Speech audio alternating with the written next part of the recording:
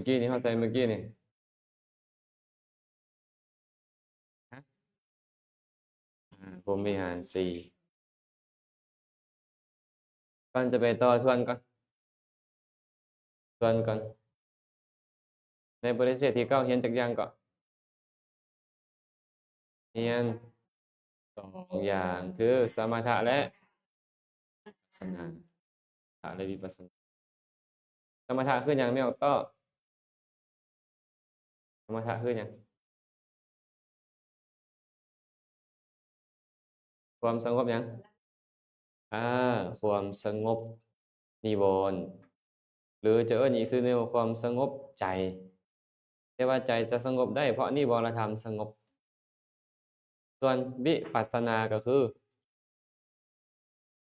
ความรู้แจ้งรู้แจ้งหยังล่ะรู้แจ้งธรรมทั้งหลายตามความเป็นจริงว่าบ่แม่นสัตว์บ่แม่นตัวตนบุคคลเฮาเขาเป็นเพียงธาตุขันธ์อายตนะเป็นต้นและบ่เที่ยงเป็นทุกข์เป็นอนัตตาเอิ้นว่าวิปัสสนาแต่ว่าเฮากำลังเรียนเรื่องของสมถกรรมฐานเห็นบ่สมถกรรมฐานมีอยู่40ประการชื่อได้บ่10 4 1 1 4 10แรกกสิณ10ที่สองอสุภะ10ที่สามอนุสติ10ที่สี่บ่มีอัปปมัญญาสี่สัญญา1บาวัฏฐาน1และอหูป4เมื่อกี้เราได้มาฮอด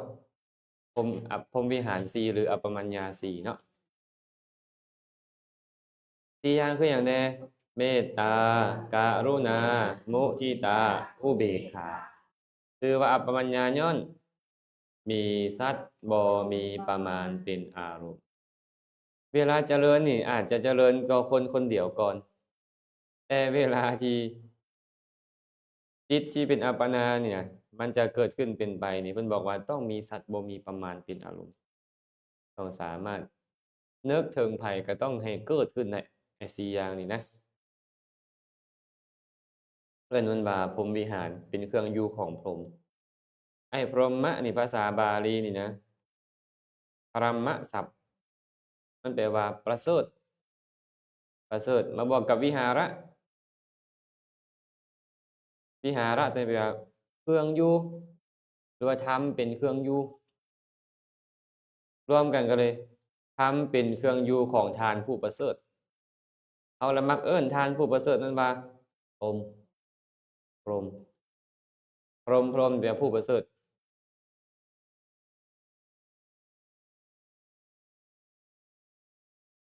ภาษาบาลีจะเป็นหลายแนวเนาะมาต่อบัดนี้จบไปแล้วอัปปมัญญาสี่หรือพรหมวิหารสี่อาหาเรปฏิกูลสัญญาบัดนี้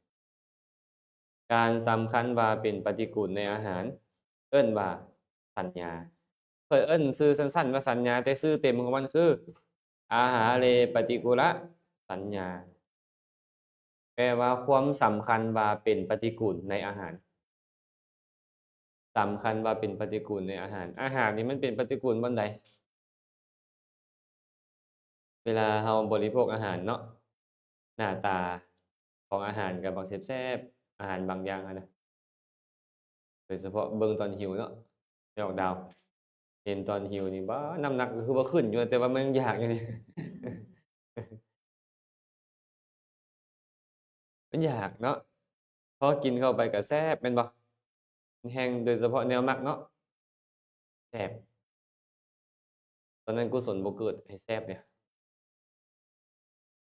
ความแซ่บในขณะที่รู้ว่าแซ่บนั่นยังบ่คันเป็นบุญบ่คันเป็นบาปเดะเพราะมันเป็นหน้าที่ของชิวหาวิญญาณเป็นผลของกุศลแต่ว่าไอ้ตัณหาที่ยินดีในรสชาตินั่นน่ะมันเกิดขึ้นมันก็เลยแซ่บไปใหญ่เลยบัดนี้พวกเราการพิจารณาอยู่นี่ก็คือพิจารณาขันธ์ห้าในคัมภีร์วิสุทธิมรรคเพิ่นอธิบายนับตั้งแต่การแสวงหาพู้นเดะ ต้องตื่นนอนขึ้นมาแต่ดึกแต่เช้าต้องย่างออกจากป่าไปหาหมู่บ้านต้องเหยียบย่ำขี้ดินขี้ตมขี้งัวขี้ควาย ต้องได้ยินเสียงด่าเสียงจมของชาวบ้าน แมงวันก็ตอม หินก็ไต่เขาเอาอาหารมาใส่แล้วย่างกลับไปหาบ่อนฉัน ต้องย่ำโอ้ยย่ำนี่ก็เคยสังเกตบ่บางเทื่อย่ำแล้วมันทรมาน เคยบ่บ่มีทางหิวแซ่บแรงยัดเข้ากันยังบ่ทันเห็นบ่อาตมาเคยมาสังเกตอะสังเกตดุๆอยู่หั่นน่ะโอ้ยมันคือทรมานแท้บางเทื่อเจ็บกรามย่ำโอ้ยมันคือทรมานแท้แต่บ่กินก็บ่ได้ทรมานคันเฮาตอนเฮาบ่ได้ใส่ใจตัวนี้นี่มันก็แซ่บเนาะมันก็แซ่บอันนี้ก็ต้องผสมเด้เบิ่งเด้อเพิ่นห่ออิหยังเนาะเพิ่นห่อพันธุ์ของเพิ่นนั่นน่ะบ่ครบเครื่องก็บ่ได้อีกเด้ผัวก็สิให้เมียแล้วเมียหาเครื่องบ่ครบอะนะอันนี้คือบ่เห็นเพิ่นว่าคันความแซ่บมันมามันทำลายกุศลเฮาคันพิจารณาดีๆเอาเข้าปากไปน้ำลายก็มาเปื้อมใส่เลยแม่นบ่บางเทื่อตักเข้าไปน้ำลายออกมาก่อนก็มีผู้ลางคนเนาะผู้ลางคนเด้อบ่แม่นพวกเฮาดอกพอเข้าไปแล้วก็น้ำลายแตกเปื้อนไปเบิดเอาออกมาอีกเป็นจั่งใดมีผู้กล้ากินต่อบ่บ่กล้าดอกเนาะอาตมานึกถึงเรื่องหนึ่งเดะเรื่องของพระกัปปินะเถระเพิ่นเป็นกษัตริย์องค์เนี้ยพระเจ้ามหากัปปินะนี่เป็นกษัตริย์มีบริวาร500ไปนำไปแต่ละบ่อนมีมื้อหนึ่งมีคนเดินทางมาจากเมืองราชคฤห์พู้นแหละจากบ่อนที่มีพระพุทธเจ้าอะนะพอมาฮอดเพิ่นก็ถามว่าพวกพ่อค้านะมาถามว่ามีข่าวหยังบ่อยู่บ้านเมืองพวกเจ้าพ่อค้าเขาก็เว้าตามตรงเนาะพุทโธโลเกอุปันโนเนาะพระพุทธเจ้าอุบัติขึ้นแล้วในโลกฟังแล้วเกือบสลบดีใจแฮงได้ยินคำว่าพระพุทธเจ้าเกิดขึ้นในโลกจึ๊ดเลยเว้าอีกเบิ่งดูพระพุทธเจ้าอุบัติขึ้นแล้วในโลกเว้าอีกพระพุทธเจ้าอุบัติขึ้นแล้วในโลกแล้ววะพระธรรมก็อุบัติขึ้นพระสงฆ์ก็อุบัติขึ้นตัดสินใจออกบวชเบิ่งแหมได้ยินส่ำนี้พอไม่ออกได้ล่ะพอออกได้ล่ะฮะอาแต่เราเป็นมหากษัตริย์เราก็เลยบอกกับพวกพ่อค้าว่าจั่งซั้นเด้อเจ้าจงไปเอาทรัพย์300,000 300,000กหัปปะณะเทียบกับเงินปัจจุบันนี่หลายพันล้านเดะเดี๋ยวไปเอานำเมียข้อยไปเอานำพระมเหสีแล้วบอกพร้อมว่าข้อยออกบวชแล้วถามอามาตย์ที่มานำพวกเจ้าสิออกบวชนำข้อยบ่บวชขาน้อยบริวาร500บวชเบิดพ่อค้าก็นำข่าวสารกลับไปเมืองเพิ่นบัดนี้พระมเหสีก็ถามแหละเจ้ามาหยังมาเอาทรัพย์แม่นผู้ใดบอกมาเอาพระราชาบอกมาเอาเจ้ามหากัปปินะบอกมาเอาพระเจ้ามหากัปปินะเฮ็ดอิหยังจังให้ทรัพย์พวกเจ้าหลายปานนี้ได้รู้ข่าวจากพวกข้าน้อยข่าวหยังเว้าเบิ่งดูพุทโธโลเกอุปันโนธัมโมโลเกอุปันโนสังโฆโลเกอุปันโนพระองค์เว้าจั่งใดต่อพระองค์บอกว่าสิออกบวชขอมอบราชสมบัติให้พระมเหสีปกครองเรานึกในใจได้อะจะประโยชน์อิหยังด้วยก้อนน้ำลายที่เขาทมออกแล้วเขาจะเอาปากไปตรงครับเราอ๋อเราคิดได้จั่งใดนะน้องสิไว้คิดได้บ่แบบนี้พวกเขาบ่ได้เนาะแต่เราว่าทรัพย์สมบัติที่หมู่คายออกมาแล้วนี่นะหมู่ทิ่มแล้วนี่นะเหมือนกับน้ำลายที่เขาทมออกมาจากปากคนที่บ่มีปัญญาก็เอาปากไปตรงรับต่อคันผู้มีปัญญาเห็นแจ้งเห็นว่ามันมีโทษมันบ่น่าพอใจดอกเราคิดแนวนี้เลยนางอโนชาเนี่ยจะประโยชน์อิหยังล่ะวะด้วยการกลืนกินก้อนน้ำลายเอาปากไปโต้งครับเอาก้อนน้ำลายที่หมู่ทมออกจากปากเอาแหละเขาจะบวชอาตมาฟังเรื่องราวของเรามันน่าอัศจรรย์อะนะเราคือบ่มีความคิดแบบนี้จักหน่อยหนึ่งหั้นน่ะพวกเราสิมาเอาอย่างเดียวเรานี่นะเนาะแต่หมู่นี่บ่หมู่คิดแนวนั้นหมู่จังพ้นทุกข์อะคิดแนวนั้นจังพ้นทุกข์แล้วก็ตัดสินใจคันซั้นข้อยให้เจ้า3เท่าให้เจ้าหลายเท่ากว่านี้มอบทรัพย์สมบัติให้หลายกว่าหั้นอีกหลายกว่าพระราชาให้ถามพวกเมียของอำมาตย์ที่ไปบวชแล้วหั้นน่ะพวกเจ้าดิสิอยู่ครองเรือนหรือสิบวชนำข้อยบวชคือกันขาน้อยเพิ่นว่าออกบวชมอบราชสมบัติให้อำมาตย์ผู้อื่นปกครองต่อนี่ออกบวชเบิ่งแหม เป็นพระภิกขุณีกลุ่มแรกๆเลยได้ของนางอโนชาเมียของพระมหากัปปินะนี่นะเราคิดแบบนี้เนาะโอ้เราก็เลยบ่หาวิธีคิดแบบนี้ได้บ่พวกเราก็ได้เออหรือว่าปานโอชะบ่พวกเราเอาอิหยังตรงก็สิตรงเนาะเพิ่นละว่าโอ้ยสิเอาปากไปตรงเอานี่บ่ควรอันนี้เว้าประกอบให้ซื่อๆเด้อแต่กำลังเว้าเรื่องของการพิจารณาอาหารนี่นะว่าเพิ่นพิจารณาแนวใด เพิ่นอุปมาเหมือนเข้าไปในปากแล้วเนี่ยน้ำลายติดน้ำอาหารทั้งหลายตอนบ่คันเอาเข้าปากแบ่งให้กระเพาะกินได้เนาะแม่นบ่เนาะคันเข้าปากแล้วออกมาเป็นจั่งใดอ้อแม้แต่ของตัวเองยังบ่อยากเอาเข้าต่อแล้วเดี๋ยวนี้เนาะถูกเปล่าพอน้ำลายออกปึ๊บไปเลียกลืนอีกเลยบ่ยากแล้วเดะยากทั้งๆที่อันเดียวกันนะตอนอยู่ในปากกับอยู่นอกปากนี่แต่ว่าเราเห็นแต่ตอนออกอยู่นอกนี่มันเป็นปฏิกูลตอนอยู่ในเราบ่เห็นเป็นปฏิกูลเปล่า อันนี้เพิ่นพิจารณาเลยว่าโอ้น้ำลายไปเกือกกลั้วใส่แล้วบ่น่าพอใจแล้วกลืนเข้าไปเสมหะอุ้มเอาเลยบัดเนี้ยพอเสมหะไปอุ้มเอาดึงลงไปในลำไส้พวกน้ำย่อยอาหารธาตุไฟย่อยอาหารก็มาบดปั้นจนเน่าหมดพอเน่าแล้วก็ส่งกลิ่นโอบอวนอยู่ในลำไส้เริ่มออกมาแต่ละเทื่อเป็นจั่งใดเหม็นอออกไปทางทวารหนักเหม็นขนาดลมมันออกซื่อๆเดะเออ ลมแล่นผ่านมันซื่อๆน่ะยังขนาดนั้นเลยเนาะแต่เราบ่ได้พิจารณาออกปึ๊บบ่มีผู้ใดต้องการเลยในโลกอันนี้อาหารราคาแสนเหรียญก็สำคัญแหละก็เป็นเพียงอุจจาระอาหารราคา 5,000 กีบก็ส่ำกันเห็นบ่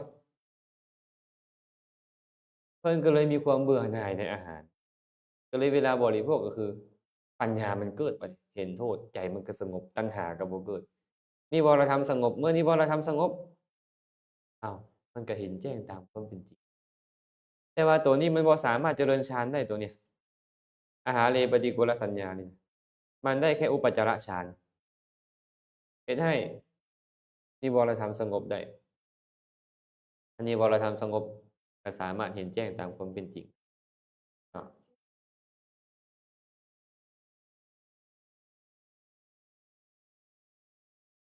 ถ้าสวรรค์ชั้นปรนิมนี่แหละสวรรค์ชั้นกามชั้นบ่ฮอดพรหมเพราะว่า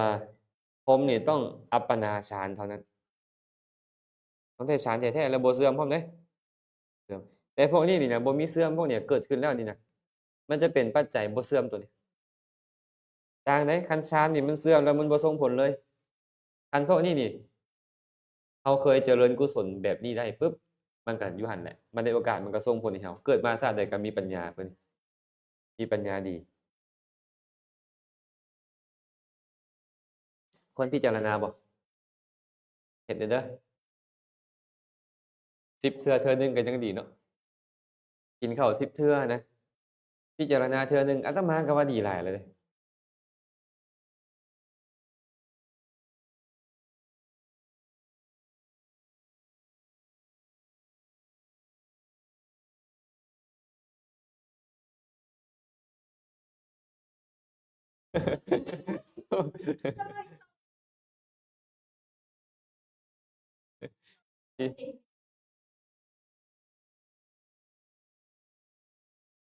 แสดงว่าก็เข้าแนวใดเราก็แนวนั้นแม่นบ่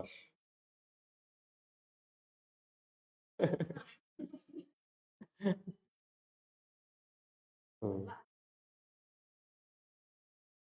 อยู่วัดก็มีคือกันเดะโอ้ยเว้าพื้นคนอยู่วัดได้บ่นี่ฮะเว้าพื้นคนอยู่วัดเอาเนาะเป็นพระนำกันนั่งใกล้บ่ได้อาตมานี่เจ็บหัว เวลาเพิ่นนั่นหายใจออกมาเท่าใดป๊อเราเจ็บหัวเนาะเราก็เลยรู้สึกว่าแหมองค์นี้นี่นะคือแม่นว่าสิไว้เว้าหั้นแหละเนาะมันใส่แมสนั่นบ่เขาก็บ่ได้ต่างจากเขาปานใดก็เลยลองญั้วถามเขาเป็นจั่งใดครูบาเวลาใส่แมสน่ะคือว่าบ่เป็นหยังเดะเขาน้อยเพิ่นว่ามันบ่เป็นหยังวะบักขาน้อยนี่มันสิตายแล้วเดะนี่เด้เรื่องเท่านั้นเนาะเพิ่นเรื่องกินเพิ่นเองคือบ่เหม็นอิหยังบาดเฮานี่ป๊าโธ่ แต่ว่าเขาก็เป็นคือกันแต่ว่าผู้ใดที่สั่งสมไว้โดนไอ้กระเพาะเฮานี่ท้องเฮานี่เวลาบ่ถูกล้างอะเพิ่นอุปมาเหมือนหลุมอุจจาระคันซ้ำปีหนึ่งมันก็ซ้ำนี้หลายปีก็แฮ่งสั่งสมท้องเฮานี่มันก็เป็นคือกันคันคนบ่ได้ถ่าย3มื้อกับคนถ่ายซุมื้อนี่แม้แต่ขออภัยเด้อถ่ายลมออกมาหั่นน่ะก็ยังกินบ่คือกันบ่แม่นพยายามไปทดลองเด้อบ่แม่นเด้อแต่เฮาก็รู้ดีกันนั่นเนาะ แม้แต่เราเอื้อมออกมาของเราเองคือกันแม่นบ่คันช่วงใดที่พวกเราอั่นถ่ายอยู่ประจำมันก็คือว่ากินบ่แรงเนาะคันบ่ได้ถ่ายเรา2มื้อ3มื้อมันก็เริ่มอบอวนอยู่ไผจั่งซั้นเนาะเฮาซั้นใดเขาซั้นนั้นเลยเฮาซั้นใดเฮาซั้นนั้นนะมันก็เริ่มเป็นปฏิกูลอยู่บ่ล่ะพวกเราต่อเนาะบัดนี้เนาะจตุธาตุววัฏฐานการกำหนดแยกธาตุ4อันนี้กำหนดแยกธาตุ4ธาตุ4ก็คือธาตุใหญ่เด้เอิ้นว่ามหาภูตรูป ธาตุดินธาตุน้ำธาตุไฟธาตุลมกำหนดแยกธาตุ4ผมขนเล็บแข้วหนังเป็นต้นนั่นเป็นส่วนของธาตุดินสินะน้ำเลือดน้ำนองเป็นต้นเป็นส่วนของธาตุน้ำลมผลักดันลมหายใจเป็นต้นเป็นธาตุลมความร้อนความเย็นเป็นส่วนของธาตุไฟเราก็จะไปพิจารณาแบบนั้นอันนี้เรียกว่าธาตุ4อันนี้ก็บ่ได้ฌานเนาะบ่ได้ฌานอธิบายให้ฟังหน่อยหนึ่งก็เด้อตัวถึงเด้อเมตตากรุณามุทิตาเจริญได้แก่จตุตถฌาน ในอภิธรรมได้ฌาน4ในพระสูตรได้ฌาน3ส่วนอุเบกขานี่นะเป็นฌานที่4ในพระสูตรเป็นฌานที่5ในพระอภิธรรมคือคนจะเจริญอุเบกขาต้องมีเมตตากรุณามาก่อนจึงค่อยเจริญอุเบกขาแล้วบรรลุฌานได้ท่านเจริญอุเบกขาแบบธรรมดานี้ได้ตอนใดก็ได้หั้นนะแต่จะเจริญให้ได้ฌานเนี่ยจำเป็นต้องเจริญเมตตามาก่อนหรือเจริญกรุณามาก่อนหรือมุทิตามาก่อนจังค่อยเจริญอุเบกขาเพราะมันเป็นฌานที่5ในพระอภิธรรมเด้อในพระสูตรเพิ่นเอิ้นฌาน4เนาะส่วนอาหาเรปฏิกูลสัญญาจตุธาตุววัฏฐานอันนี้บ่ได้ฌานได้แค่อุปจารฌานอย่างที่เว้าให้ฟังในส่วนต้นนั้นอะฮูปบัดเนี่ยอะฮูปมี4อะฮูปทั้งหลายคืออากาสานัญจายตนะอ่านพร้อมกันได้บ่อากาสานัญจายตนะวิญญาณัญจายตนะอากินจัญญายตนะเนวสัญญานาสัญญายตนะชื่อว่าอะฮูป4อีกรอบหนึ่งได้ปะอากาสานัญจายตนะวิญญาณัญจายตนะอากินจัญญายตนะเนวสัญญานาสัญญายตนะรอบหนึ่งอากาสานัญจายตนะวิญญาณัญจายตนะอากินจัญญายตนะเนวสัญญานาสัญญายตนะสี่อย่างนี่น่ะเป็นอรูปฌานผู้ที่จะไปเจริญอรูปฌานได้ต้องเจริญรูปฌานมาก่อนแต่ต้องเจริญกสิณพร้อมคันบ่เจริญกสิณก็ไปบ่ฮอดเจริญอานาปานสติมาก็ต้องได้ใช้กสิณแต่เพิ่มกสิณจึงค่อยสามารถเข้าฌานแบบอรูปได้เพราะนี่เป็นฌานขั้นสูงว่าง่ายๆคือฌานขั้นสูงคนธรรมดาบ่ได้ต้องคนเจริญฌานมาก่อนอยู่ซื่อๆจะไปเจริญอากาสานัญจายตนะเลยบ่ได้ฉะนั้นมันจึงเป็นอัปปนาฌานแน่นอนตัวมันนี่นะต้องไปเจริญกสิณ9อย่างเว้นอากาศกสิณและออกจากกสิณแล้วเพิกนิมิตของกสิณเฮ็ดให้ว่างเปล่าเอิ้นว่ากสิณุคาติมากาศเพิกกสิณให้เป็นความว่างเปล่ามันจึงค่อยสามารถเข้าอากาสานัญจายตนะฌานได้เข้าอากาสานัญจายตนะฌานแล้วเข้าแล้วออกเข้าแล้วออกจนซ้ำชองแล้วจึงค่อยพิจารณาเห็นโทษของมันว่ามันใกล้ต่อกามจึงค่อยพิจารณามันอีกเทื่อหนึ่งอีกจึงค่อยเข้าวิญญาณัญจายตนะคือกันเลยออกจากวิญญาณัญจายตนะก็แล้วก็เฮ็ดให้เห็นความบ่มีของจิตดวงแรกนั้นคืออากาสานั้นจึงค่อยเอิ้นว่านัตถิภาวะบัญญัติบัญญัติคือความบ่มีจึงค่อยเข้า อากินจัญญายตนะได้ส่วนออกจากอากินจัญญายตนะและมาพิจารณาจิตที่เอิ้นว่าอากินจัญญายตนะนี่ว่าสงบปราณีตสงบใจมันสงบลงไปตามลำดับเนวสัญญานาสัญญายตนะฌานจึงเกิดขึ้นผู้ใดก็ตามเจริญฌานฮอดนี้บ่เนี่ยฮอดเนวสัญญานาสัญญายตนะนี้ได้เป็นพระอรหันต์หรืออนาคามีจึงค่อยเข้านิโรธได้จึงค่อยเข้านิโรธสมาบัตินิโรธะนี่นะนิโรธสมาบัติเมื่อวานนี้ผู้ใดว่าถามอาจารย์อันสัญญาเวทยิตานิโรธได้แปลว่าอีกชื่อหนึ่งว่าสัญญาเวทยิตานิโรธ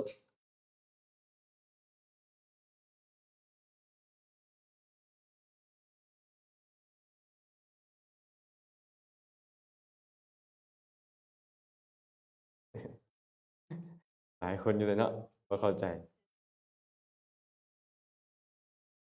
แม่นๆอากาศบ่มีที่สุดหรือว่าอากาศหาที่สุดบ่ได้อากาสานี่นะวิญญาณัญจายตนะเนี่ยพิจารณาวิญญาณบ่มีที่สุดพิจารณาตัวนี้แหละว่าจิตดวงเนี่ยหลังจากเข้าฌานตัวนี้แล้วเนี่ยออกจากฌานตัวนี้มาพิจารณาว่าจิตที่เอิ้นว่าอากาสานัญจายตนะเนี่ยมันบ่มีที่สุดบ่มีประมาณจังค่อยจิตแนบแน่นจังเป็นตัวนี้ ออกจากตัวนี้มาใส่ใจตัวเก่านี้ว่าน้อยหนึ่งกับบ่มีน้อยหนึ่งกับบ่มีน้อยหนึ่งกับบ่มีจิตดวงนี้จึงค่อยเกิดขึ้นอากินจัญญาเจตนาแปลว่าน้อยหนึ่งกับบ่มีจิตดวงนี้เนี่ยมันปราณีตขึ้นนะใส่ใจว่าน้อยหนึ่งกับบ่มีน้อยหนึ่งกับบ่มีขออภัยจิตดวงนี้อากาสานี่เมื่อพิจารณาแบบนี้แล้วอากินจัญญาเจตนาก็เกิดขึ้นแล้วมาจะออกจากตัวนี้มาพิจารณาตัวนี้นี่แหละออกจากมันก่อนมาพิจารณามันว่าสงบเนาะปราณีตเนาะสงบปราณีตสงบปราณีตดวงนี้จึงค่อยเกิดขึ้นเนวสัญญานาสัญญาเจตนะแปลว่ามีสัญญากับบ่แม่นบ่มีสัญญากับบ่แม่นมันสงบแฮงหั้นน่ะเหมือนกับบ่มีสัญญาแต่ว่าจะบอกว่าบ่มีสัญญากับบ่แม่นเพราะมันก็เป็นจิตมันต้องมีสัญญาความสงบของมันสงบเฮงหั้นน่ะสงบเฮงเนาะเลยเอิ้นมันว่าเนวสัญญานาสัญญาเจตนะเนวสัญญานี่แปลว่ามีสัญญากับบ่แม่นนาสัญญาเจตนะบ่มีสัญญากับบ่แม่นนาสัญญาตัวนี้บวกอายตนะอายตนะก็คือเป็นชื่อของของภพภูมินั้นหรือจิตดวงนั้นอายตนะฉะนั้นผู้ใดก็ตามเจริญฮอดนี้เป็นพระอนาคามีหรือเป็นพระอรหันต์จังค่อยสามารถเข้านิโรธสมาบัติได้เข้านิโรธนั่นน่ะบ่แม่นคนทั่วไปเข้าได้เดะบ่แม่นว่าพระโสดาบันสกทาคามีก็เข้าได้บ่แม่นต้องเป็นพระอรหันต์หรืออนาคามีและอรหันต์และอนาคามีนั้นต้องได้สมาบัติ8เจริญไปฮอดเนวสัญญานาสัญญา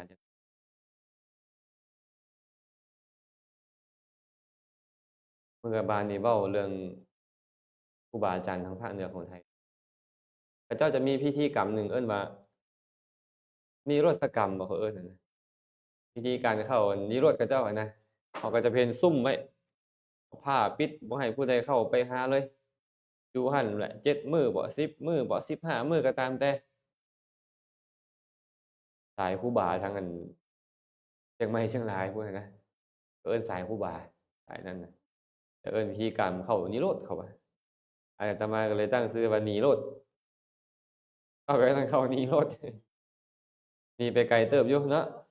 หนีไกลเติบอยู่เพราะคนละเรื่องเลยอันนี้เว้าเรื่องของพระอริยเจ้าพระอริยเจ้าเพิ่นบ่ทรมานตนแบบนั้นอันนั้นเอิ้นว่าหยังศีลพัตตปรามาสคันว่ายึดแบบนั้นหั้นนะจบแล้วกรรมฐาน40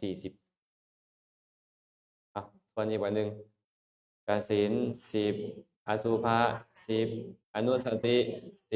10อัปปมัญญา4สัญญา1ววัฏฐาน1และอหูป4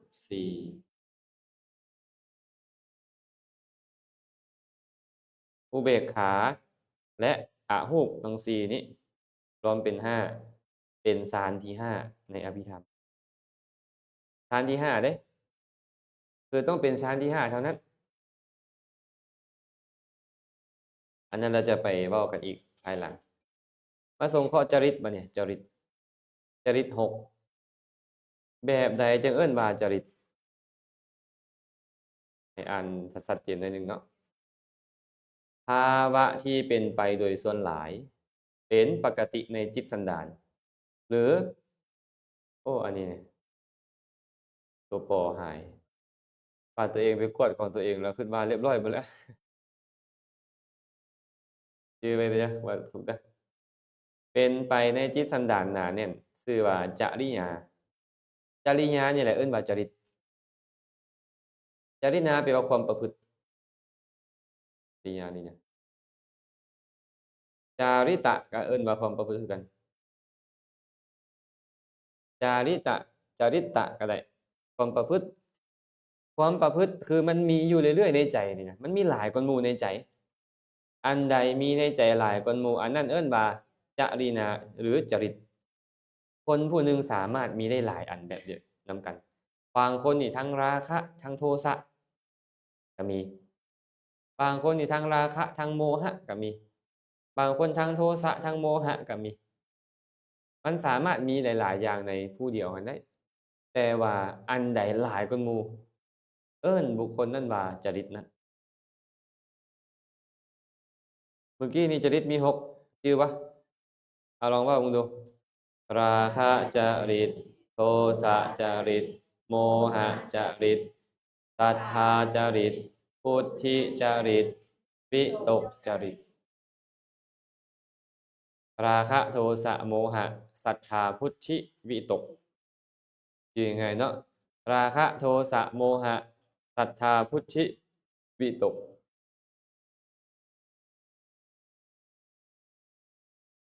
นิ่งชื่อบ่นิ่งเหมือนจะชื่อเป็นบ่เบิ่งยิ้มแล้วก็ฮู้แล้ว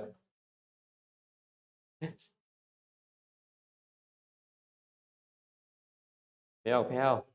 ชื่อบ่หกอย่างนี่ชื่อบ่มันหลายอยู่บ่หกนี่นะหลายโพดเนาะสองขึ้นไปแล้วหลาย ราคะโทสะโมหะศรัทธาพุทธิวิตกมาเบิ่งไปแต่ละอย่างไปมาฟังคำอธิบายของมันจักหน่อยหนึ่งบุคคลมีราคะจริยาชื่อว่าบุคคลราคะจริตหมายถึงราคะจริยาคือมีราคะหนาแน่นในใจแม่บุคคลผู้มีโทสะจริตเป็นต้นก็เหมือนกันทานจึงกล่าวว่าควรรู้การสงเคราะห์โดยหกประเภทมีราคะเป็นต้น บุคคลใดมีราคะเกิดขึ้นในสันดานดุไอ้คำว่าสันดานนี่เขาจะไปเข้าใจว่ามันบ่ดีเด้อสันดานนี่ดีก็ได้บ่ดีก็ได้คล้ายๆกับกรรมอะนะภาษาบาลีว่าสันตานะเอาอ่านเป็นภาษาลาวว่าสันดานแปลว่านอนเนืองพวกนี้นอนเนืองอยู่พู้นอยู่ก้นบึ้งหัวใจอะนะ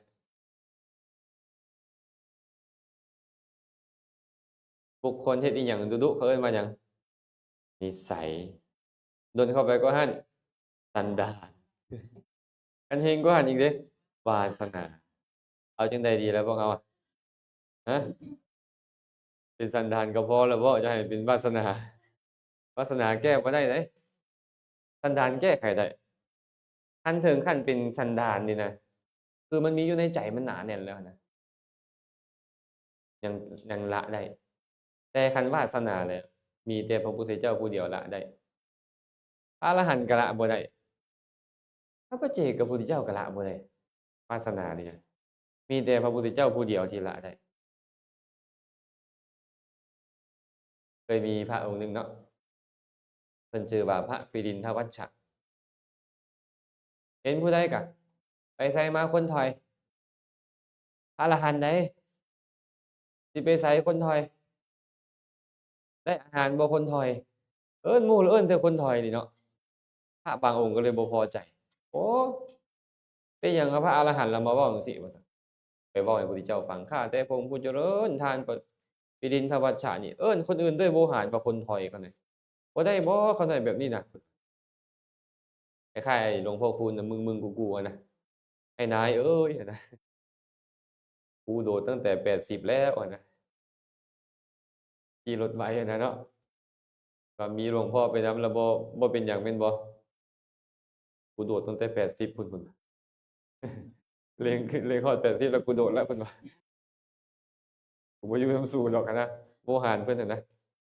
เพิ่นเลยมักใช้คำว่ากูๆมึงๆเองๆข้าๆแม่นบ่ในภาษาบ้านเพิ่นนั่นน่ะเนาะเราเลยอย่าไปลอกเลียนแบบพวกเขาอย่าไปลอกได้ไม่ออกน้อยเอ้ยเว้ากับอันลูกกับเต้ากับผัวได้อยู่อยู่เรือนตัวเองเนาะบางเทื่อก็ภูมิตากรรมซื่อ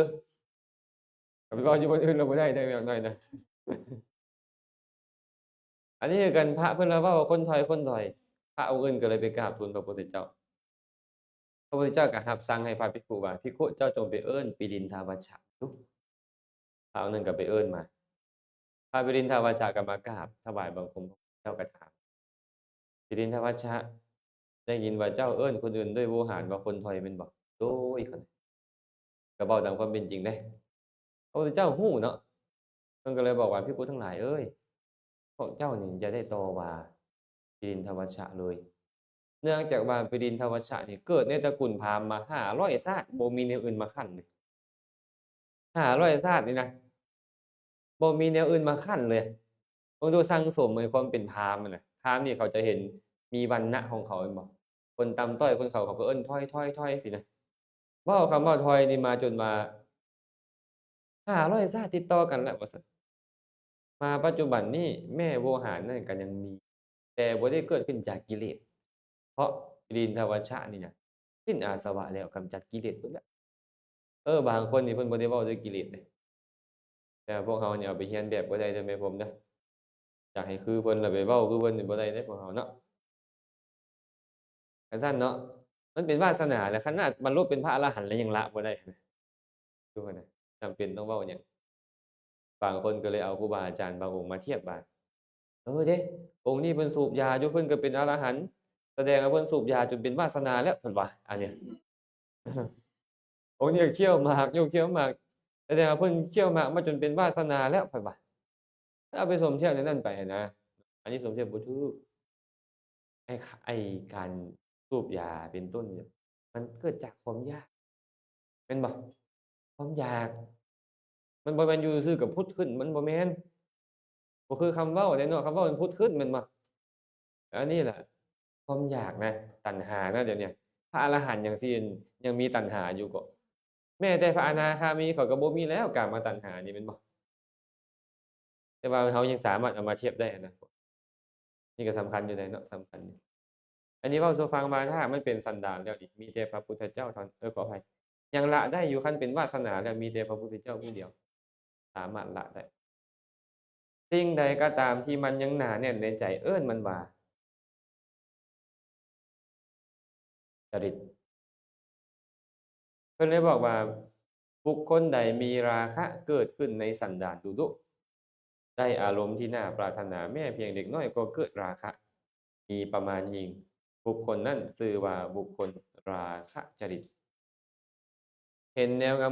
มๆหน่อยหนึ่งก็ราคะเกิดขึ้นฟังเสียงม่วนๆหน่อยหนึ่งก็ราคะเกิดขึ้นได้ง่าย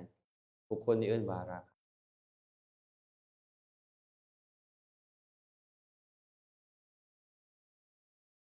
สันดานนั้นดีก็มีเดะสันดานดีก็มีผู้บุคคลใดมีศรัทธาดีๆศรัทธาเกิดขึ้นดุๆก็เอิ้นว่ามีศรัทธาในสันดานจั่งซี้ สันดานน่ะได้ทั้ง2องอย่างแต่อนุสัยนี่มันคือกิเลส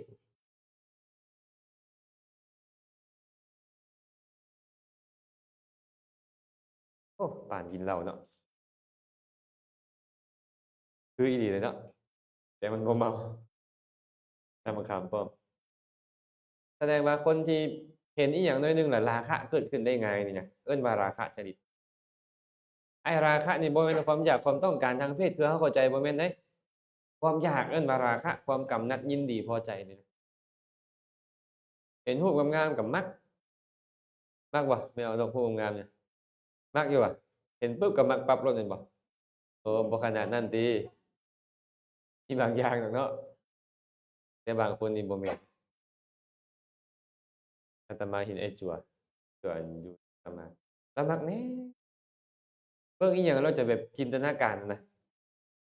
อาตมาก็บ่ฮู้จนเราซิกแล้วไปเห็นเราแต้มรูปอาตมาน่ะเราแต้มรูปอาตมาแล้วเอ๊ะ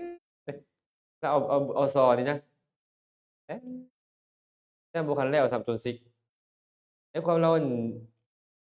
เห็นมันวิจิตรมันปานนี้บ่ได้เราแต้มไปหมดอะนะอันซอกผ้าเป็นแนวใดแนวนี้แนวนั้นว่าพระองค์นี่อะ มันมีอันจริตไปในทางนั้นแต่ว่าบ่ได้ถูกส่งเสริมอาตมาว่าคันถูกส่งเสริมนี่ต้องเป็นจิตรกรรมจิตรกรใหญ่แล้วแหละอาตมาว่าแต่ว่าเขาบ่ได้ส่งเสริมเฮ็ดเองอะนะเฮ็ดเอง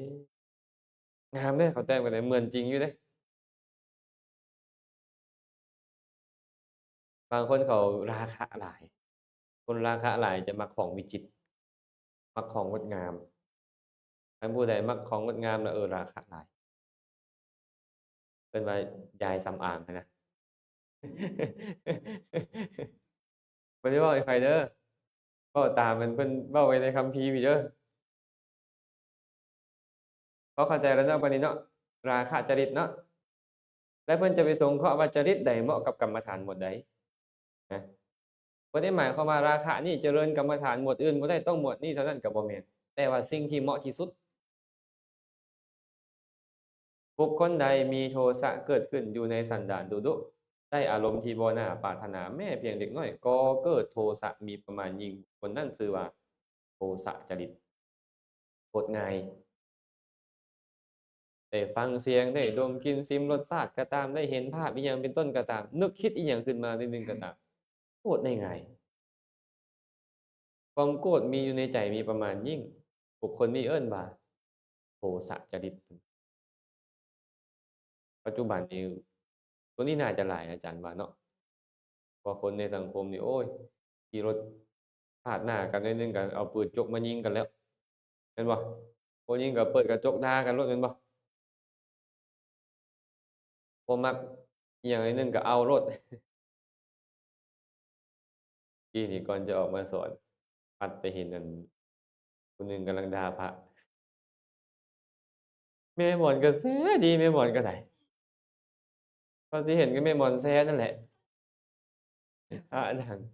เขาก็ด่าว่าปักว่าไอ้สัตว์อิหยังไปจังซี้นะอาตมาก็มานั่งคนบ่ได้มีอันนี้ถึงแม้นว่าความคิดอิหยังเกิดขึ้นเล็กน้อยก็แสดงออกในวงกว้างได้เดะนี่แต่พวกเรานี่บ่ควรเฮ็ดเนาะบ่มักก็จงไว้แหน่เนาะบ่แม่นว่าบ่มักก็ฟาดลงให้คนเป็นพันเป็นหมื่นได้ฟังธรรมนี่ไปฟังนำนี่ก็บ่คักอาตมา ก็บ่ได้ว่าเขาบ่ดีดอกแนวดีผู้ใดก็มีหมดแต่ผู้ใดก็มีทั้งแนวบ่ดีหมดนั่นแหละเนาะถ้าไปด่าแบบนั้นน่ะนะถึงว่าผู้นั้นจะเป็นพระบ่เป็นพระมีศีลหรือบ่มีศีลแม่นหยังมันออกมาจากจิตประเภทใดนี่ม่วนโทสะเนาะ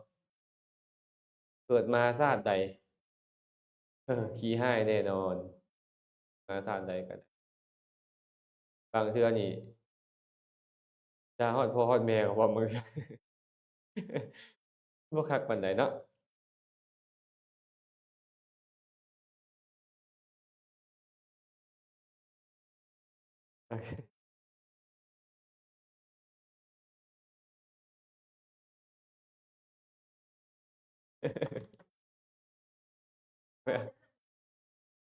เออเอาแต่แนวบ่ดีเนาะ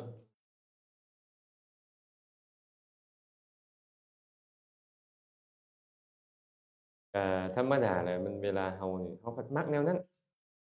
สัตว์โลกมักแนวนั้นแต่บางเทื่อก็มีการสร้างกระแสนะซุมื้อนี้น่ะคันไปเว้าเรื่องพวกนี้ก็จะมีคนดันหลายหน่อยหนึ่งประมาณนะอันนี้ก็ลักษณะของโทสะเนาะสะเกิดผู้ใดมีโทสะหลายๆได้อารมณ์ที่บ่น่าปรารถนาหน่อยหนึ่งก็เกิดขึ้นใจดุๆผู้นี้เอิ้นว่าโทสะจริตก็ต้องไปหากรรมฐานที่เหมาะกับมัน อาจจะพอเข้าใจตัวนี้เนาะบุคคลใดเป็นผู้มีความลุ่มหลง มีแต่ความลังเลใจในอันจะถือเอาอารมณ์ว่าดีหรือบ่ดีตัดสินใจยากเพิ่นนี่ขี้สงสัยมีความฟุ้งซ่านดุๆบ่อาจถือเอาอารมณ์ตามลำดับด้วยดี เพราะคอยแต่จะตกไปจากอารมณ์ที่ถือเอาโดยง่ายบุคคลนั้นชื่อว่าโมหะเพิ่นนี่นะมักลังเลมักสงสัยผู้นี้นี่นะขี้สงสัยเวลาจะถือเอาอารมณ์ก็มันมักตกจากอารมณ์เปลี่ยนแปลงอยู่ได้เรื่อยๆเอิ้นว่าโมหะจริตลุ่มหลงนั่นเองเนาะที่ปกติลุ่มหลงในอารมณ์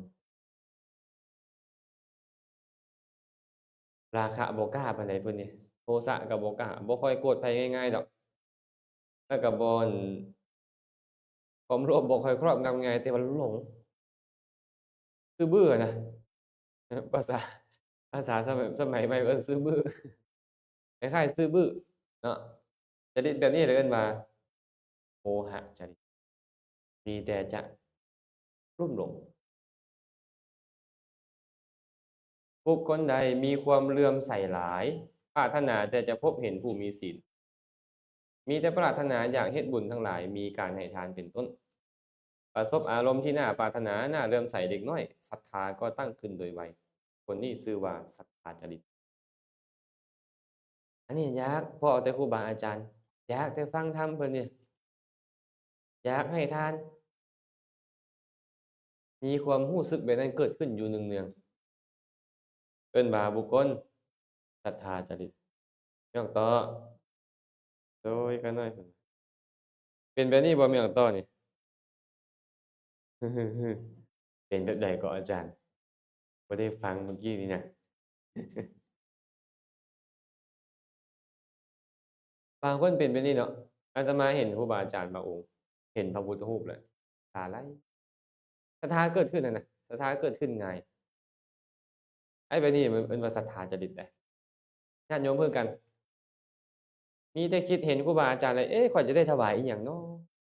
ข้อยจะหาหยังมาถวายเนาะเพิ่นต้องได้อิหยังจากข้อยเนาะไอ้ศรัทธาเกิดขึ้นอยู่ดูแบบนี้เอิ้นว่าศรัทธา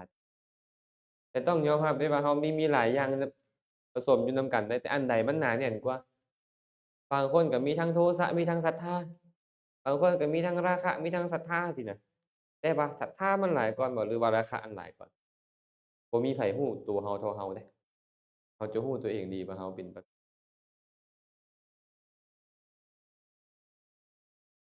อันนี้พอเข้าใจเนาะนี่เนาะมาเบิ่งต่อบัดนี้บุคคลใดเป็นผู้มีสติสัมปชัญญะได้ง่ายเป็นผู้มีการพิจารณาถึงคุณและโทษเสียก่อนจะเฮ็ดอิหยังแต่ละอย่างยินดีในการฟังธรรมะที่ลึกซึ้งยินดีคบบัณฑิตเกิดความสลดสังเวชในฐานะที่ควรสลดสังเวชอยู่ง่ายๆแบบนี้เรียกว่าพุทธิจริตอันนี้ปัญญาหลายอันนี้มักคิดเห็นอิหยังได้ฟังอิหยังบ่เชื่อไผง่ายๆนะเว้าง่ายก็คือบ่เชื่อไผง่ายเพิ่นนี่คิดใส่ใจพิจารณาเวลาฟังธรรมะก็มักฟังธรรมะที่ประกอบด้วยอรรถที่ลึกซึ้งมักสอบถามถ้อยคำที่ลึกซึ้งจังซี้ เห็นอีหยังก็สลดสังเวชได้ง่ายสมมุติเห็นคนทุกข์ยากก็โอ้น้อมเข้ามาหาตนเองเห็นคนหั้งมีดีได้มัวเมากับทรัพย์สมบัติอยู่ก็น้อมเข้ามาหาตัวเองได้สลดสังเวชได้ง่ายว่างั้นเถาะไปเห็นรถตามคนเจ็บเป็นเอ็นโอนก็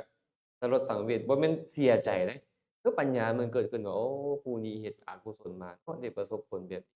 นี้ข้อยเฮ็ดอกุศลไว้แบบนี้ข้อยก็มีโอกาสเป็นแบบนี้แหละเป็นต้นไอ้แบบนี้เอิ้นว่าพุทธิจริตปัญญาเกิดขึ้น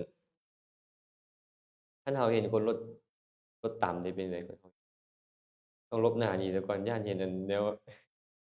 วที่บ่คักหั้นเนาะแต่เขานี่บ่แม่นเห็นแล้วเกิดความพิจารณาใส่เอาละโทสะเกิดเอาละใส่ใจได้ต่างกันนะบุคคลใดเป็นผู้เต็มไปด้วยความดำริจะเฮ็ดกิจนั้นๆพอการกำหนดเวลาฮอดว่าเราจะเฮ็ดสิ่งนี้ มาถึงแล้วก็บ่เฮ็ดไปนั่งสมาธิก่อนนะจะเฮ็ดอันนี้เฮ็ดอันนั้นก่อนนะเวลามาฮอดปึ๊บเปลี่ยนแล้วเปลี่ยนแล้วก็แต่ว่าปรารภจะเฮ็ดกิจอื่นเป็นบุคคลที่มีความเป็นไปที่เอิ้นว่าทัสสะพหุรตาแปลว่าดีแต่เว้าเว้าหลายหั้นนะก็เลยบอกว่าความเป็นผู้เว้าหลายกว่าเฮ็ดอาตมาเลยให้โวหารไว้ว่าน้ำท่วมทุ่ง หาจิตใจความคิดที่มั่นคงแน่นอนบ่ได้เปลี่ยนแปลงความคิดได้ง่ายบุคคลนั้นชื่อว่าวิตกจริตเปลี่ยนแปลงง่ายโพดเพิ่นนี่นะตั้งใจจะเฮ็ดอันใดฮอดเวลาจะเฮ็ดเปลี่ยนแล้วตั้งใจเฮ็ดอันใหม่อีกฮอดเวลาจะเฮ็ดเปลี่ยนอีกแล้วเปลี่ยนแปลงใบดีแต่เว้าเพิ่นว่าวิตกจริตก็หลายอยู่ดอกเนาะหลายอยู่ดอกอาตมาว่าแบบนี้เพราะเอาเองนี่แหล้วเด้ผู้นั้นเด้เพิ่นว่าเหยียบไปนิ้วหนึ่งเข้ามา3นิ้ว คือเขาก็พูดนั่นแหละดีกว่าเรานี่แม่นบ่ดีแต่เรานี่นะถ้าไม่เอาจริงบ่ค่อยเป็นหรอกแม่นบ่ไปเอานกต้องถามไปเอานกนี่บ่ค่อยเป็นปานนั้นเนาะเดี๋ยวเราสิรับอะภาษารามตาหรือภาษาพหูรตาจบแล้วบุคคลจริตทั้ง6แต่จริตมันมีหลายกว่านี้เด้มีหลายคันเอามาผสมกันน่ะอันนี้มี6เว้าแต่จริตเดียวในบุคคลนั้นถ้าเอาอันอื่นมาราคะโทสะจริตราคะโมหะจริตโทสะโมหะจริตบ่หรือว่าราคะศรัทธาจริตจั่งเป็นต้นเอามาผสมกันนี่น่ะเพราะหลายๆคนมีหลายๆอย่างนำกันมันก็จะเป็นไปอีกหลายได้แต่ว่า6อย่างนี่พอดีกำหนดแล้วเพิ่นว่าเราก็ต้องสังเกตว่าอันใดหลายก่อนอันใดในเฮาหลายก่อนก็นั่นแหละเฮาเป็นคนประเภทนั้นเป็นคนประเภทนั้นบุคคลแต่ละคนย่อมมีจริยาได้ทั้ง6อย่างมีได้หมดเลยของเขานี่นะการที่เอิ้นบุคคลนั้นว่าคนราคะจริตก็โดยเกี่ยวกับมีราคะออกหน้าเป็นประธานยิ่งกว่าจริตอื่นมีหมดนี่แหละเฮานี่ทั้งราคะทั้งโทสะทั้งโมหะทั้งศรัทธาทั้งปัญญาทั้งความวิตกแต่ว่าอันใดหลายก็นู้นอันราคะหลายก็เอิ้นว่าราคะจริตอันโทสะหลายก็เอิ้นว่าจริตแม้ที่เอิ้นว่าโทสะจริตเป็นต้นก็เหมือนกันจบแล้วเรื่องของจริต6ย่อๆเลยนี่เฮาเรียนแบบย่อๆกันยังจักอย่างยัง2อย่างยังบริกรรมและอธิบายตื่นทั้งลุมอันนี้อาจารย์จะบ่เว้าตื่นเพราะว่าได้เว้าไปแล้วเมื่อกี้นี่แหละว่าเมื่อเอาจริตทั้งหลายมาผสมกันมันก็เป็นได้หลายจริตขึ้นไปมาเบิ่งภาวนาก่อนเนาะภาวนา3ประเภทเราจะเจริญภาวนาเราต้องรู้จักภาวนา3ประเภทนี้ภาวนาแปลว่าหยังภาวนานี่เฮ็ดให้เจริญหรือว่าควรเจริญก็ได้แต่คนแปลว่าให้เจริญคือได้บ่บริกรรมภาวนาอุปจารภาวนาและอัปปนาภาวนาภาวนาที่เป็นไปในส่วนเบื้องต้นอันเป็นการตกแต่งภาวนาหรือว่าเป็นการเริ่มบำเพ็ญกล่าวคือการเฮ็ดซ้ำๆในใจซ้ำๆซากๆว่าปัทวีเป็นต้นชื่อว่าบริกรรมภาวนาเพราะเป็นภาวนาเป็นไปเนื่องด้วยบริกรรมการเริ่มเฮ็ดอิหยังเริ่มเฮ็ดกรรมฐานใดนั่นเอิ้นว่าบริกรรมแล้วไอ้คำว่าบริกรรมเขาจะเข้าใจมันคือเอามาบริกรรมรูปทุกแทนอิหยังสิบ่แม่นจังซั่นบริกรรมคือระลึกในใจระลึกในใจอย่างเช่นตอนนี้เพิ่นยกคำว่าปัทวีเป็นต้นนี่นะคนใดคนหนึ่งก็ตามอยากจะเจริญปัทวีกสิเอาไปเฮ็ดแผ่นดินเอาดินเป็นแผ่นมาเฮ็ดวงกลมเนาะเฮ็ดวงกลมแล้วไปนั่งเพ่งการเริ่มนั่งเพ่งแล้วใส่ใจว่าดินดินระลึกในใจเนี่ยนี่เอิ้นว่าบริกรรมแล้วแม้แต่การเบิ่งลมคือกันเดะเข้าออกก็เอิ้นว่าบริกรรมแล้วบริกรรมภาวนาเนาะว่าง่ายๆคือการเริ่มเฮ็ดกรรมฐานใดไอ้คำว่าเริ่มเฮ็ดคือเริ่มระลึกนะความจริงแล้วการปฏิบัติกรรมฐานนี่บ่เป็นการเฮ็ดกรรมฐานคือการรู้ซื่อๆอยากจะฟังกันเนาะเอาดินมาเป็นแบบนี้แหละแล้วก็ไปเพ่งก็สิบ่ถึงคือกันเฮ็ดแบบเดียวกันเลยไปเพ่งระลึกในใจดินไปจนมาหลับตากับมื่นตาต้องเฮ็ดเรื่อยๆเดะเพ่งมื่นตาเบิ่งก่อนเบิ่งแล้วหลับตาเบิ่งมันยังบ่เห็นเป็นวงกลมเหมือนกับมื่นตาจักกะมื่นตาเบิ่งอีกนั่นแหละระลึกในใจแล้วๆเล่าๆแล้วๆไปนะไปเรื่อยๆจนมาหลับตาก็เห็นเหมือนกับมื่นตาแล้วตอนนั้นเอิ้นว่าอุปจารภาวนามันเริ่มครบนิวรณ์แล้วตัวนี้อุปจารภาวนาจะอาศัยมันนี่เกิดขึ้นได้ตัวนี้เอิ้นว่าปฏิภาคนิมิตขออภัยอุกขนิมิตก่อนกามวจรภาวนาที่เริ่มครบนิวรณ์ได้มีโคตรภูเป็นที่สุดเอิ้นว่าอุปจารภาวนาจิตที่ไปฮู้อารมณ์นะฮู้อารมณ์คือนิมิตเจาะจงไปที่ปฏิภาคนิมิตไม่เจาะจงไปตัวคุณนะไอ้อุกขนิมิตนี่ก็คือเป็นเพียงเบื้องต้นซื่อๆแต่ว่าอุกขนิมิตมันจะเป็นปัจจัยให้ภาวนาตัวนี้เกิดขึ้นเพราะเป็นภาวะที่เที่ยวไปใกล้อัปปนาเหมือนสถานที่ใกล้บ้านเป็นต้นเอิ้นว่าอุปจาระบ้านคำว่าอุปจาระตัวนี้นะ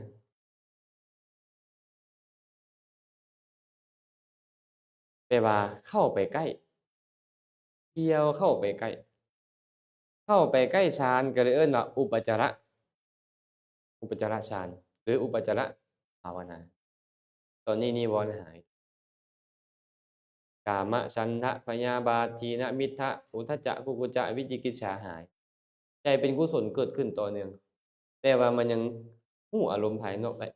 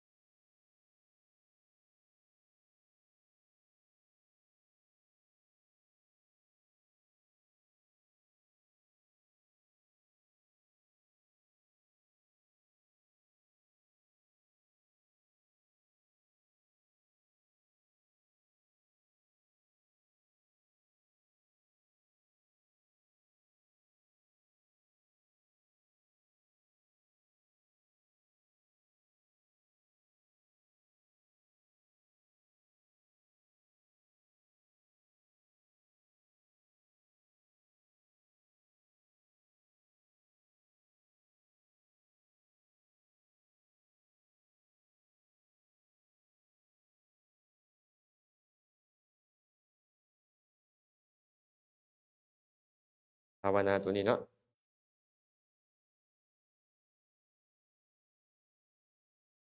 อัปปนาถึงความเป็นมหคตอนิชฌานเด้อชื่อว่าอัปปนาภาวนาเพราะมีวิตกที่ได้ชื่อว่าอัปปนาเป็นประมุขเพราะวิตกนั่นเฮ็ดสัมปยุตขออภัย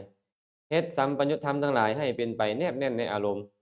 หาการโยกย้ายอารมณ์บ่ได้มันบ่มีการโยกย้ายไปฮู้สิ่งนี้ไปฮู้สิ่งนั้นมันจะอยู่กับอารมณ์เดียวนั้นเท่านั้นเอิ้นว่าอัปปนาหมายถึงฌานคันเห็นอัปปนาอยู่บ่ใดก็คือหมายถึงฌานมื้อนั้นได้ลมกับพ่อครูบาอาจารย์เพิ่นในเมตตาภาวนานั่นนะเพิ่นเว้าเรื่องของการพิจารณาใส่ใจในคนที่เราเคารพจนใจแนบแน่นไอ้แนบแน่นตัวนี้นี่เอาจังไดบางองค์ก็เข้าใจว่าแนบแน่นตัวนี้นี่นะมันยังบ่แม่นฌานมันเป็นเพียงอุปจารฌานอาตมาก็เข้าใจว่ามันเป็นฌานอาจารย์สุพลก็บอกว่า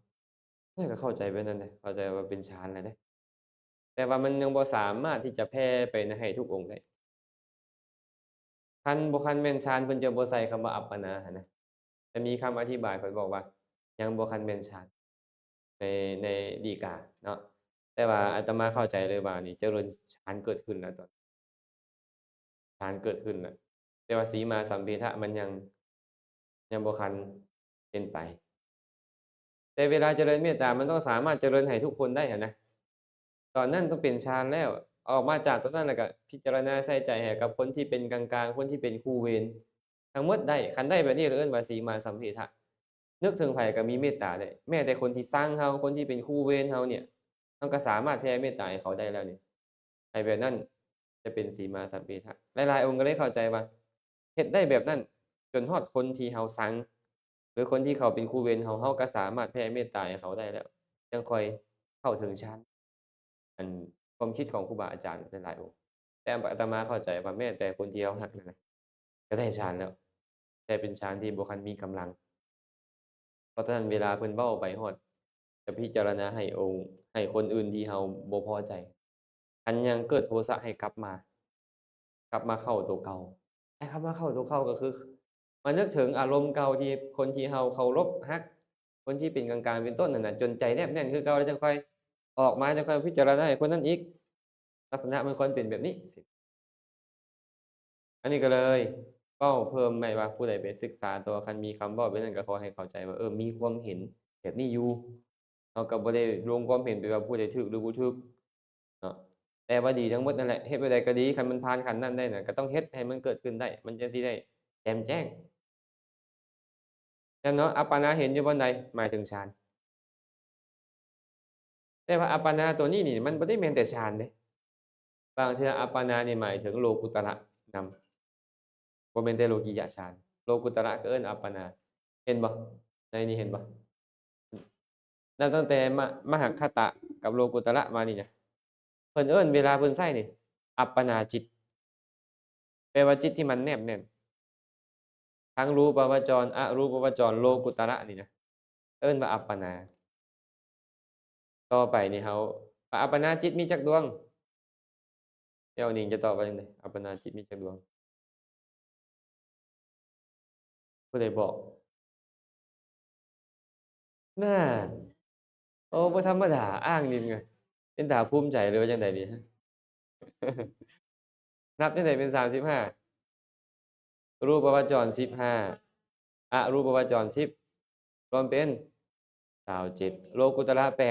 27บวก8เป็น30เรียนอภิธรรมต้องคิดไล่เลขเก่งอยู่เดะคันผู้ใดเป็นนักษากไพ่เก่านี่จะไวหน่อยหนึ่งสิออกสิไพ่แม่ค้าเลขเก่านี่ก็คือสิคืออยู่เดะ ต้องคิดไล่เลขบวกลบเก่งอะนะมันจะคิดได้อ๋อได้หั่นนะบ่ซั้นก็ได้คิดไล่มือเนาะแม่นบ่หมอนเนาะครับแม่นบ่ฮึทั้งเบิ่งทั้งคิดไล่มือบ่ทันได้แม่นบ่เข้าใจแล้วเนาะบัดนี้เนาะคำว่าอุปจาระเป็นแนวใดอัปปนาเป็นแนวใด กุศลที่เกิดขึ้นนับตั้งแต่เริ่มเบิ่งลมหายใจบ่เริ่มเพ่งกสิณตอนนั้นเอิ้นว่าอุปจาระขออภัยเอิ้นว่าบริกรรมส่วนจิตเริ่มสงบนิวรณ์ได้กุศลเกิดขึ้นติดต่อเนื่องแต่ยังบ่ทันเข้าฌานได้เอิ้นว่าอุปจารภาวนาตอนใดก็ตามอัปปนาฌานเกิดขึ้นตอนนั้นเลยเอิ้นว่าอัปปนาภาวนาฌานจิตนั่นเอิ้นว่าอัปปนาภาว ควรรู้ว่าสมาธิที่ประสงค์เอาในการเจริญสมถะมี2อย่างคืออุปจารสมาธิและอัปปนาสมาธิกรรมฐานทั้ง40นี่นะบ่แม่นได้แต่อัปปนาเด้เพิ่นว่าแม้แต่อุปจารสมาธินี่ก็หมายถึงในกรรมฐานนี้ไอ้ภาวนากับสมาธิอันเดียวกันนะที่นี่นะอุปจารภาวนาก็คืออุปจารสมาธินี่แหละอัปปนาภาวนาก็คืออัปปนาสมาธินี่อันเนาะ เอกคตาแห่งจิตที่เป็นไปในภูมิแห่งอุปจารภาวนาอันเป็นไปใกล้อัปปนาสมาธิชื่อว่าอุปจารสมาธิเอกคตาแห่งจิตที่เป็นไปในภูมิแห่งอัปปนาภาวนาชื่อว่าอัปปนาสมาธิจิตที่เป็นอัปปนานี่นะจังไดมันก็ต้องมีเอกคตาเจตสิก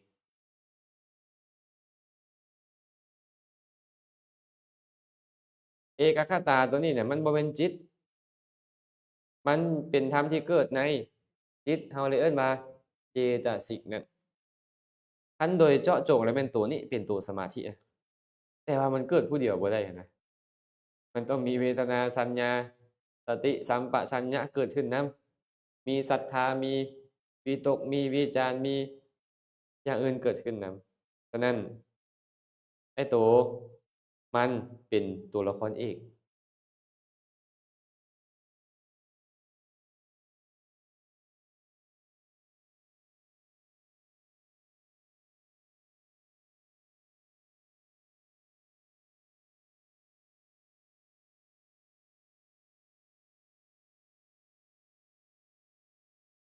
โอ้สิเข้าแล้วเด้อพวกเรานี่อากาศเนาะ เราเราจะเว้าเอกคตาหรือบ่เว้าก็ตามมันคือจิตดวงนั้นแหละแต่จิตดวงนั้นเรายกเอกคตาเป็นประธานซื่อๆมันมีทั้งสติสัมปชัญญะศรัทธาอโลภะอโทสะมันมีอยู่หันหมดเลยวิตกวิจารปีติสุขเอกคตามันมีอยู่นี่หมดแล้วแต่ว่าเอาเอกคตานั้นเป็นประธานเพิ่นก็เลยว่าเอกคตาแห่งจิตทีนี้นี่เนี่ยเวลาเราเจริญไปเอาสมมุติว่าเจริญกสิณจ้ะเวลาไปเพ่งกสิณนี่นะเพ่งกสิณไปใจมันเริ่มสงบแล้ว พอใจมันเริ่มสงบหั้นน่ะมันอุกขหนิมิตคืออาตมาเว้าให้ฟังเบื้องต้นแม่นบ่ไปเพ่งจนหลับตากับมื่นตาเหมือนกันแล้วแล้วเอาตัวนี้ไปเพ่งบัดเนี่ยเอาตัวนี้ไปเพ่งพอเพ่งไปเพ่งไปเพ่งไปมันจะสว่างขึ้นสว่างจิตมันเลยไปจดจ่ออยู่แต่ตัวเดียวนี่เมื่อจิตมันเริ่มจดจ่ออยู่ตัวเดียวนี่นะนิวรธรรมมันสงบลงมันบ่ฟุ้งซ่านบัดเนี่ยมันมีความอิ่มเอิบใจบ่ฟุ้งซ่านอยู่นะบ่ท้อถอยใจนะต่างกันแต่ว่ามันยังมีความหับหู้ในภายนอกได้อุปจาระตัวเนี้ยส่วนอัปปนาเนี่ยเวลามันเข้าอัปปนาปุ๊บเอิ้นว่าฌานนี่นะมันจะบ่ฮู้อย่างอื่นเลยมันถ้าอย่างอื่นมันบ่ฮู้เลยเขาจะบอกว่ามันดับก็ถูกมันจะบ่ฮู้อิหยังฮู้แต่อันเดียวเนี่ยแม้แต่ฟ้าผ่าตึ้มลงมานี่ก็เขาเอาลำวงดนตรีมาเทศอยู่นี่ก็บ่ฮู้หยังแม่นบ่อันสุเมธาดาบทเจริญฌานอภิญญาได้แม่นบ่ทั้งๆที่พระพุทธเจ้าตรัสรู้นี่น่ะแผ่นดินหวั่นไหวแม่นบ่โลกธาตุหมื่นโลกธาตุพุ่นน่ะหวั่นไหวอะแต่เพิ่นนี่เฉยเป็นหยังคือเป็นจังซั่นตอนตรัสรู้เพิ่นเข้าฌานน่ะเพิ่นก็เลยบ่ฮู้ว่าพระพุทธเจ้าอุบัติขึ้นมาในโลก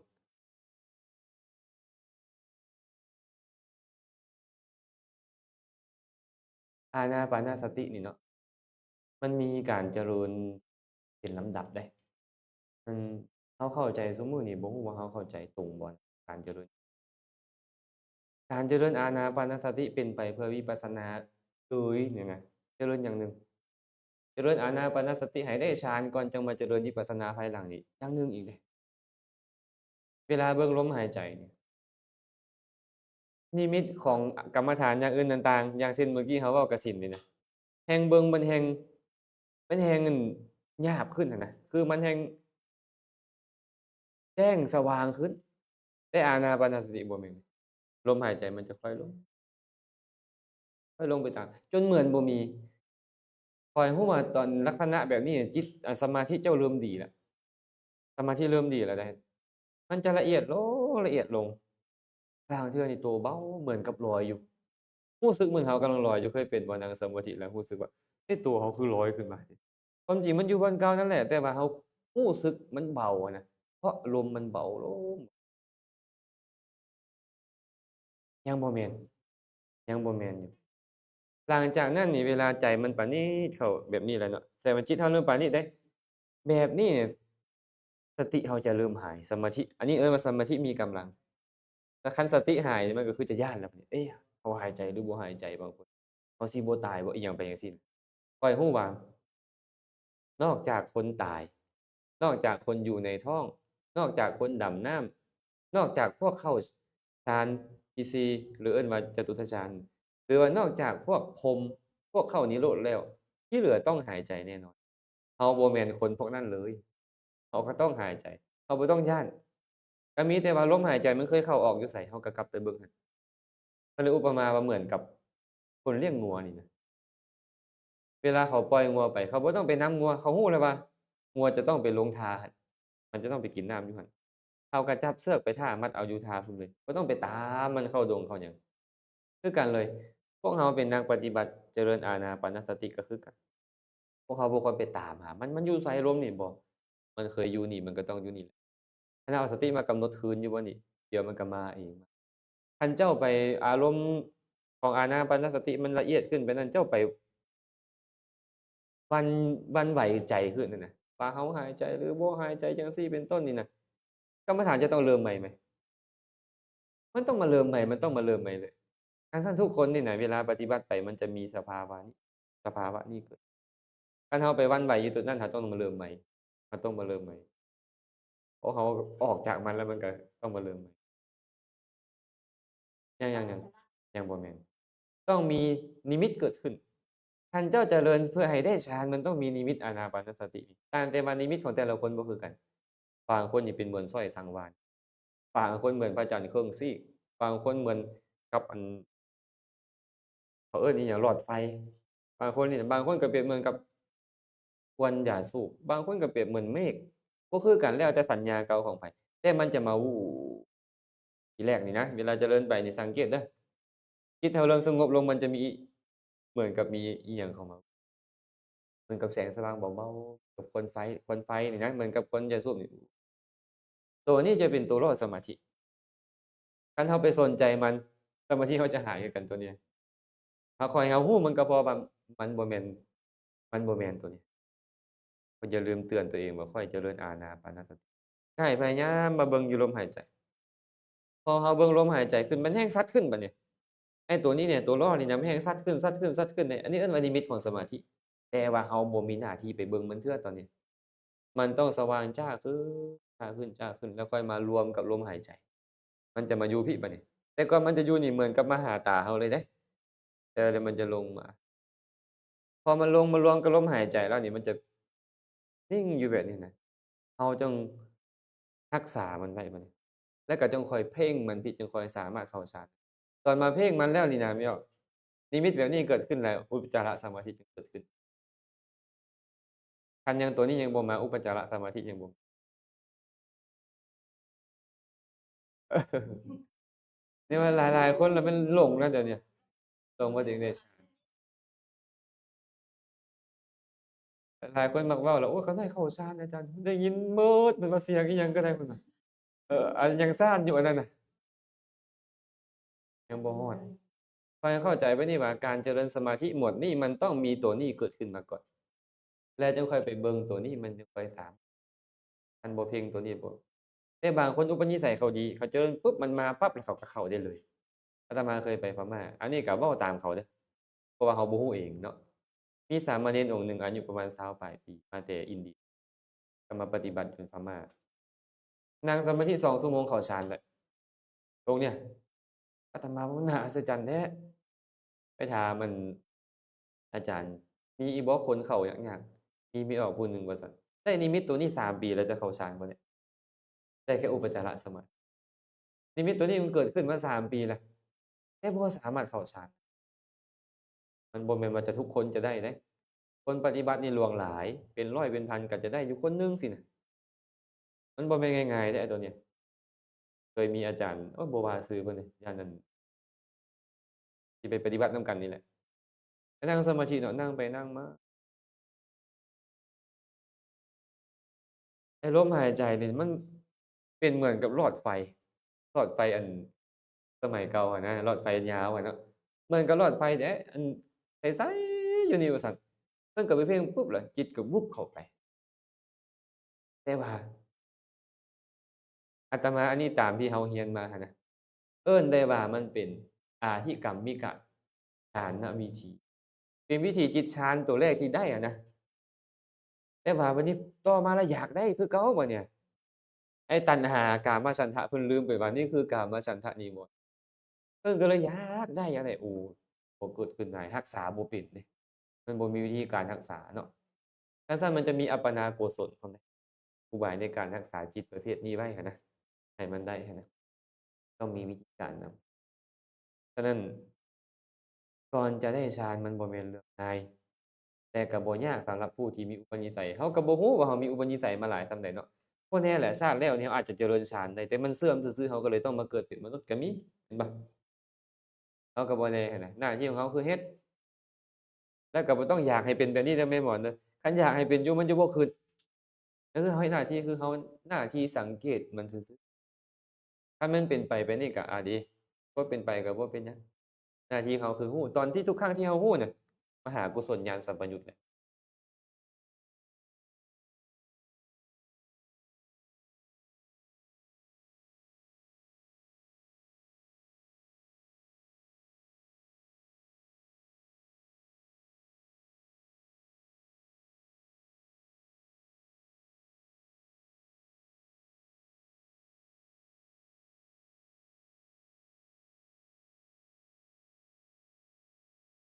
เมตตานี่เปล่าไปนี่ไปแบบใด ขอให้เขามีความสุขเขานึกหั้นได้มันก็เป็นเมตตาของเขาแต่เขาจะมีความสุขบ่อีกเรื่องหนึ่งแต่ว่าความรู้สึกที่ดีของเขานี่น่ะถ้าพอจะมีกับเราได้บ่อันนี้บ่แน่เดะบ่แน่แต่ว่าเป็นไปได้เราอะมีความรู้สึกที่ดีต่อเขา ก็มีความรู้สึกต่อเขาว่าผู้นี้บ่มีพิษบ่มีภัยใจเขาก็อ่อนลงได้คือกัน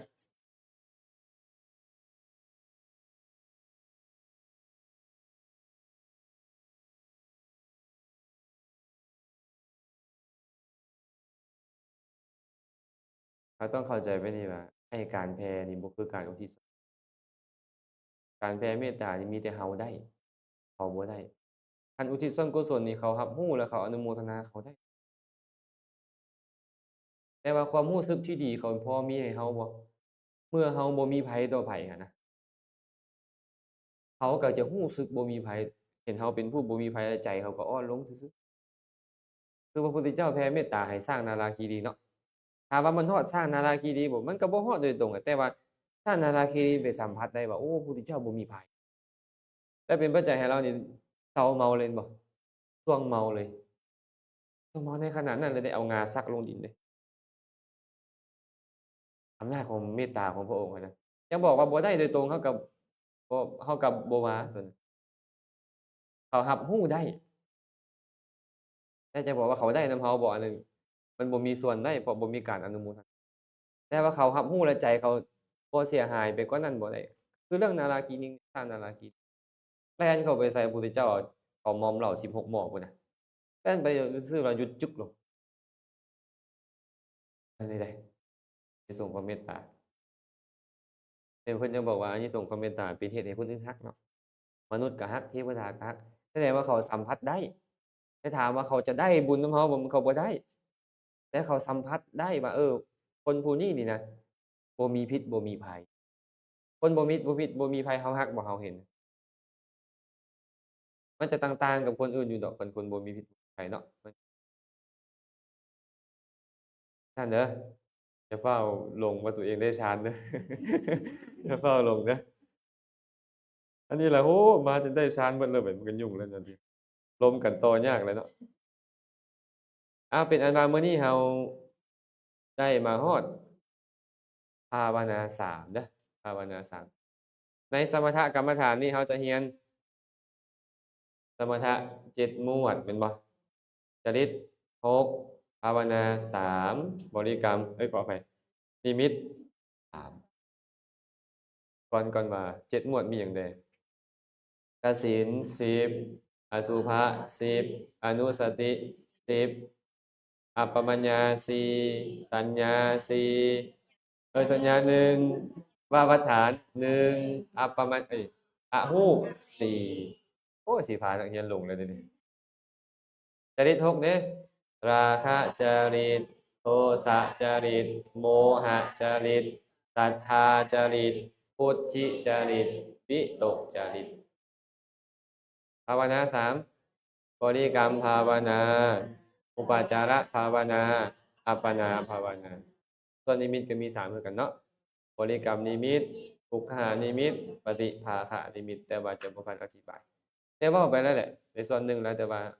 มื้อใหม่จึงอธิบายแต่ว่า7มื้อพู้นเดะมันก็สิเหลืออยู่บ่บ่เหลือก็อย่าเนาะเหลือก็ไปเบิ่งคืนเอาเด้อทบทวนคืนเอาเอาล่ะเนาะมื้อนี้ก็สมควรก่อนอนุโมทนาบุญนำทุกผู้ทุกคนเด้อแต่ก่อนจะเลิกเราก็ร่วมกัน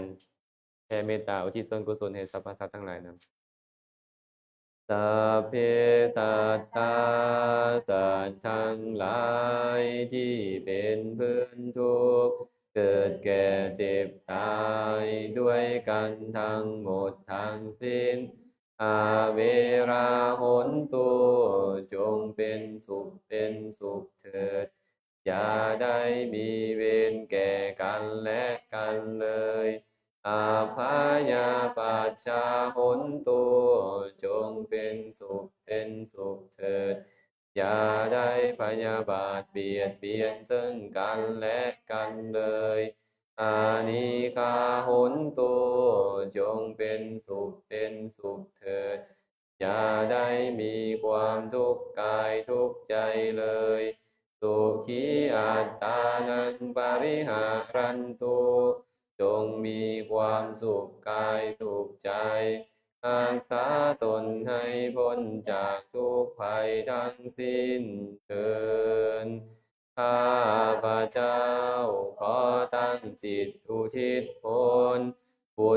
ศลนี้แผ่ไปให้ไพศาลถึงบิดามารดาครูอาจารย์ทั้งวงวานญาติมิตรสนิทกันทั้งคนเคยร่วมงานการทั้งหลายมีส่วนใดในกุศลผลพองนั้นทั้งเราชนผู้ผูกเวรและเทวัน ให้ทุกท่านได้กุศลผลนั้นเถิดอรหังสัมมาสัมพุทโธภะคะวาพุทธังภะคะวันตังอภิวาเท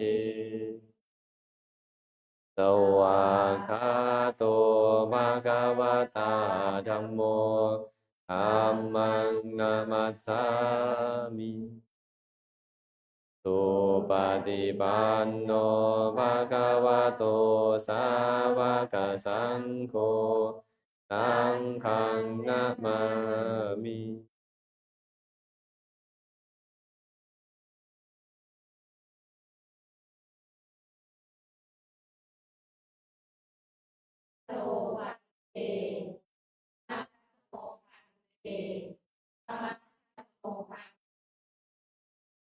อุอ่ะ